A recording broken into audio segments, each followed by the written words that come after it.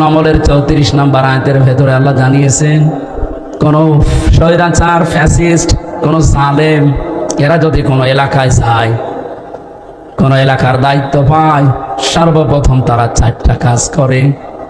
1 নম্বরে ইদা দাখালু ক্বরিয়াতান আফসাদুহা, ওই এলাকায় তারা বিশৃঙ্খলা তৈরি করা, ভীতিপূর্ণ অবস্থান তৈরি করে।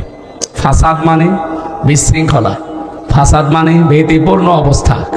এই 15.5 বছরে এটা ছিল, এটাকে ওয়াজ করার দরকার আছে? কি অবস্থায় ছিলাম বলেন তো? আমার তো মনে হয় আমি 3 বছর জেলে ছিলাম, একটা নিরাপদে ছিলাম। বাইরে যারা ছিল তারা একটা আতঙ্কে ছিল, তারা একটা জেলখানায় ছিল।